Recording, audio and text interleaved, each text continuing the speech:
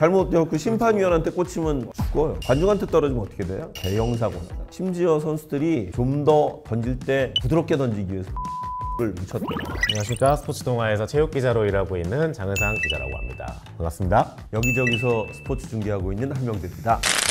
혜선님, 올해가 아무래도 또 올림픽의 해고 7월 26일이면 이제 파리 올림픽이 드디어 대망의 막을 올리거든요. 또 올림픽 하면 저희가 여러 가지 종목을 한 번에 집약적으로 볼 수 있는 대회라 가장 또 관심이 많이 가는 대회이기도 한데, 올림픽 이번에 저희가 다뤄볼 주제는 그렇게 수많은 이제까지 역사가 쌓인 올림픽 속에서 선수들이 공교롭게 또 못 쓰는 기술들이 있다고 하더라고요. 금지된 기술, 또 여러 가지 이런 것도 있는데 다양한 종목에서 저희가 몇 개 뽑아봤는데 그런 거 한번 좀 살펴보면 어떨까 하거든요. 좀.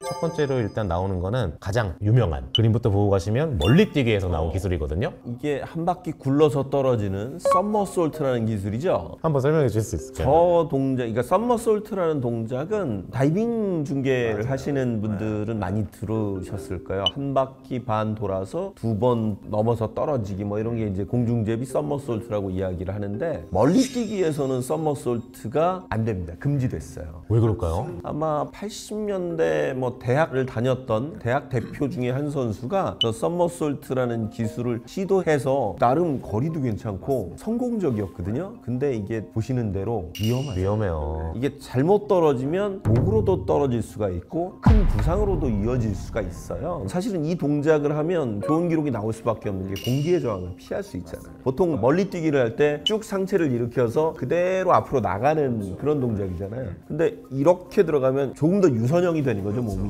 그러다 보면 공기 저항을 피할 수 있어서 훨씬 더 거리를 좋아할 수 있지만 큰 부상으로 이어질 수 있기 때문에 이 동작은 결국은 올림픽에서 금지가 됐죠. 아까 말씀해 주신 대로 제가 알기로는 뉴질랜드 출신의 그 투아리키 델라미어라는 선수로 제가 알고 있는데, 그 선수가 이제 전미대학 체육협회 74년에서 저 동작을 보이는데, 이게 달려오는 관성을 그대로 살려서 이제 구르니까 이건 아무래도 위험하고 또 멀리뛰기의 어떤 그런 순수한 개념에 있어서는 조금 위배되지 않나라는 것 때문에 그 국제육상경기연맹에서 75년에 바로 요 기술을 이제 금지 기술에 포함시킵니다. 사실은 이게 되게 경계가 애매한 거예요. 우리 그 높이뛰기 할 때 배면뛰기 하잖아요. 요새는 다 등으로 넘지만 예전에는 앞으로 넘었거든요. 근데 처음으로 뒤로 뜰 때 그것도 사실은 처음에 육상연맹에서 이거 잘못 떨어지면 허리를 다친다, 위험하다, 그래서 처음에 금지를 시키려고 했었는데 결국은 지금은 다 등으로 넘죠. 가장 또 효율적이고 어쨌든 또 안전하게 뛰는 방법을 선수들이 또 찾아가니까 또 그런 것 같습니다. 두 번째 저희 종목 한번 봐볼까요? 두 번째 종목은 창던지기입니다. 옆으로 서서 저렇게 회전으로, 우리가 좀 일반적으로 알고 있는 창던지기하고는 좀 모습이 많이 다르네요. 저 동작 보니까 던지는 동작에서 뭐 떠오르는 장면 있잖아요. 저는 뭐 당연하게 보면 이제 아무래도 비슷하긴 하지만 던지는 게 다른 원반이나 뭐 투포안 이런 게 좀 떠오르네요. 저 양반이 스페인의 펠릭스 에라우스 퀸이라는 사람인데 1956년 장면일 거예요. 저게 당시에 나이가 49살이었대요. 근데 이 양반이 전직 원반 던지기 선수예요.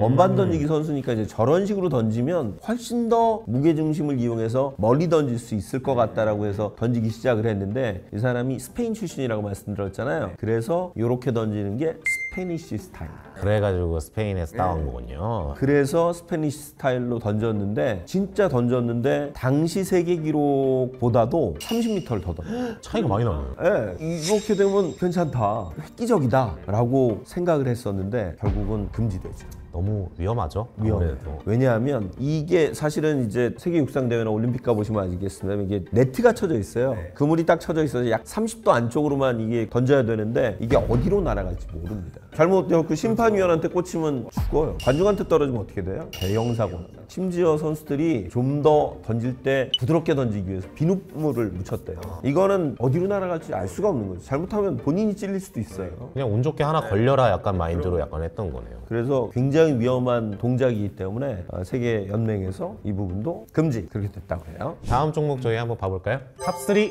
이번에 한번 봐보겠습니다.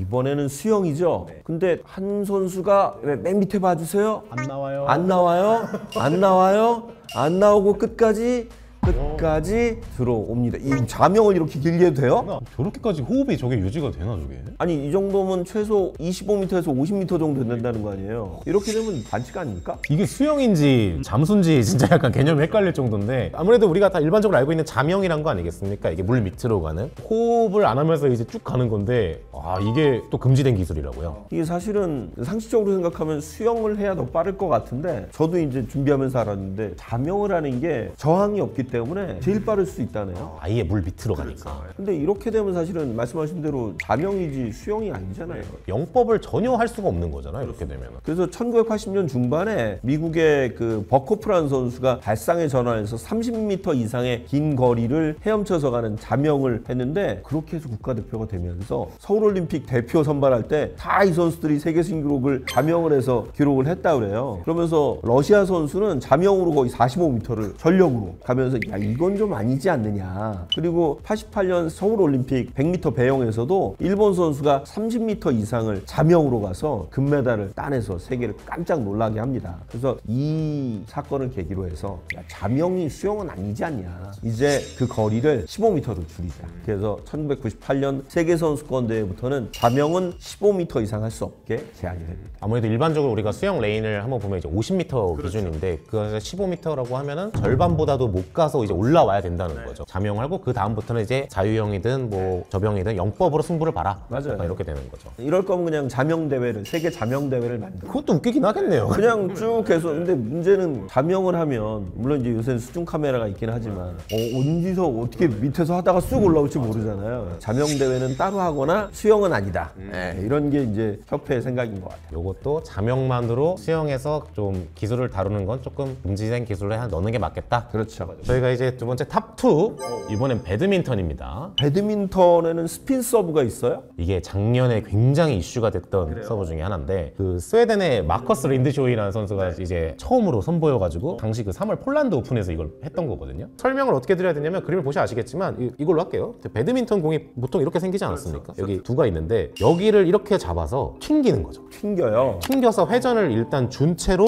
치면 셔틀콕 자체가 엄청 그 회전을 복잡하게 하면서 날아가기 때문에 받는 사람 입장에서는 이게 공이 깃털로 날아온다 하더라고요. 그러니까 아무리 잘 받아도 정타가 안 되겠네. 정타가 안 돼서 네트에 걸리고 이거를 어떻게 파열법을 만들 거냐 했더니 높이 뛰어 올리는 것밖에 없어요. 공격하기가 편하네요. 그럼 상대한테 공격을 주는 거죠. 그러니까 이거는 랠리가 되지 않는다. 배드민턴에서 서브는 서비스 개념인데 서브가 안 되니까 랠리도 안 되고 배드민턴의 재미를 좀 떨어뜨린다. 그렇기 때문에 작년에 이제 국제 배드민턴 연맹 BWF에서 곧바로 금지를 시킵니다. 그래서 이번 올림픽 이후까지도 금지되어 있는 걸로 지금 일단 나왔거든요. 그래서 스핀 서브는 당분간은 좀 볼 수 없는 걸로 이렇게 나왔습니다. 사실은 이제 비슷한 종목 중에 배구도 무회전 서브라는 게 있거든요. 흔들리면서 들어오는데 그거는 괜찮은데 이게 경계가 좀 애매하긴 한데 물론 이제 배구는 받고 다시 한번 토스하고 올리고 때리는 거니까 좀 다르긴 한데 야 이게 배드민턴은 바로 금지를 시켰고 라켓 종목이기 때문에 또 변수가 있고 그래도 신기한 게 뉴스가 많이 나왔거든요. 기자가 그림을 이제 따야 되니까 기자가 스핀 서브를 넣어요. 이용대 선수가 못 받아요. 어느 정도의 연출인지 모르겠지만 약간 그 정도로 말이 이슈가 많았기 때문에 아예 금지된 기술로 요거는 들어가 버렸습니다. 이 기술은 거의 영원히 금지될 수 있겠네요. 영원히 보기 힘들지 않을까 싶어요. 받아내는 방법을 고안해내기 전까지는. 자, 다음 저희가 이제 한번 마지막으로 볼 거예요. 탑1 기계체조에 나오는 기계체조 역사의 명장면입니다. 이 장면이 참 아름답고 멋진 장면인데 이게 성공한 장면이기 때문에 이게 성공하면 정말 멋진데 실패하면 대형 사고로 이어지는 백플립인데 소련의 올가 코르부트 플립으로도 되게 유명해요. 이 장면이 이제 1972년 뮌헨 올림픽에서 올가 코르부트가 이제 하면서 많이 알려졌는데 그러니까 위쪽 봉에서 올라서서 백플립으로 이제 떨어지는 그런 동작을 하는 거예요. 근데 이런 동작들을 하다가 당연히 이제 성공할 때보다는 실패하는 경우가 많잖아요. 그래서 1985년에 윗바와 아랫바가 있는데 어디에서든 공중에 서서 떨어지는 그런 동작을 금지합니다. 아예. 네, 아예. 그래서 그 이후에는 더 이상 선수들의 부상 때문에 이런 코르부트 플립이라고 하는데 코르부트 플립을 허용하지 않죠. 참 신기한 게 저 장면이 은메달입니다.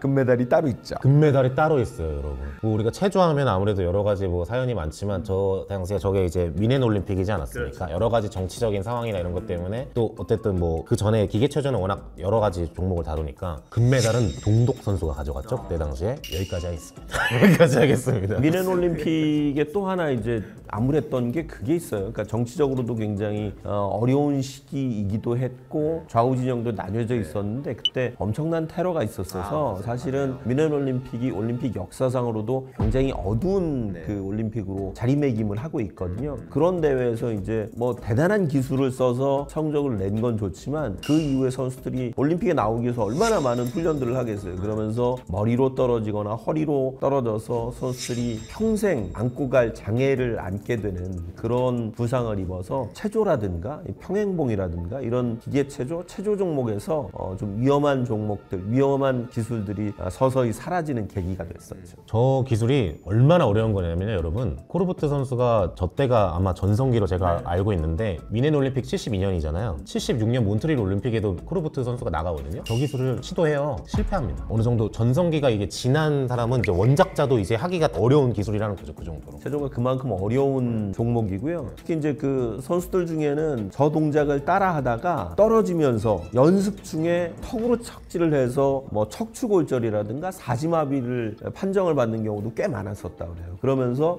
이건 도저히 체조 선수가 아니라 인간 하나를 망칠 수 있는 그런 기술이기 때문에 금지시켜서 올림픽에서는 더 이상 볼 수 없는 기술이 됐죠. 여러 가지로 봤을 때 좀 탑 1으로 꼽을만 하네요. 금지시키는 게 맞는 것 같네요. 또 그럴수록 저 기술, 저 장면이 또 가치가 올라가는 거기도 하고. 체조가 올림픽에서 또 전 세계적으로 굉장히 인기 있는 종목이에요. 그래서 사실 좀 왜 그런지 모르겠지만 체조 종목이 제일 먼저 예매가 되는 그런 종목이기도 하거든요. 인기 많아서. 아마 여름 종목은 체조고 겨울 종목은 피겨인 걸로 제가 기억을 하는데 정말 좋은 기술을 선보이기 위해서 선수들이 노력하다가 또 불의의 부상을 당하는 그런 경우도 생기기 때문에 되도록이면 위험한 기술들은 세계연맹 쪽에서 자체적으로 지금 금지를 좀 시키는 것 같아요. 저희가 금지 기술을 한 5개 살펴봤는데요. 아무래도 이번 올림픽 앞두고 또 이런 거를 한번 짚어보니까 좀 더 의미 있었던 것 같고, 결과적으로 보면은 결국에는 뭐 재미의 어떤 이런 걸 위해서 금지한 기술들도 있지만 결국 선수들의 건강한 몸을 위해서 금지시킨 기술들이 대부분이니까요. 이런 거 좀 다시 한번 살펴보니까 굉장히 또 저도 의미 있고 공부를 좀 많이 하게 됐던 것 같아요. 올림픽을 더 재미있게 보려면 올림픽 이 종목이 어떻게 그동안 진화해 왔는지 또 어떻게 앞으로 발전해 갈지 이런 걸 보시면 더 재미있을 것 같아요. 맞습니다. 저도 또 공부하고 저희 또 링킹스쿨 보시면서 파리올림픽 곧 있으면 다가오잖아요. 이런 거 한번 점검하시면서 하나하나 살펴보시고 올림픽을 보면 더 재밌게 올림픽 즐길 수 있지 않을까 싶습니다. 올림픽에서도 대한민국 선수들의 화이팅을 기대합니다. 건강하시고요. 올림픽 나가는 선수들 모두. 이제까지 저희 시청해주셔서 너무 고맙습니다. 감사합니다. 고맙습니다.